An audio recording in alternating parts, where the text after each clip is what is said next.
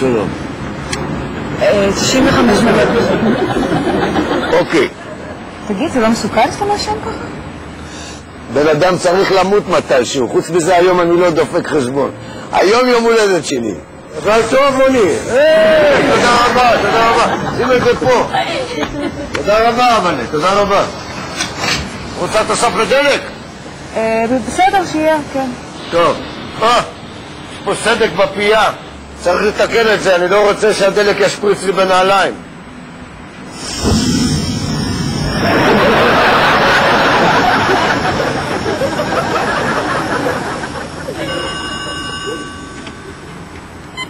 הלו?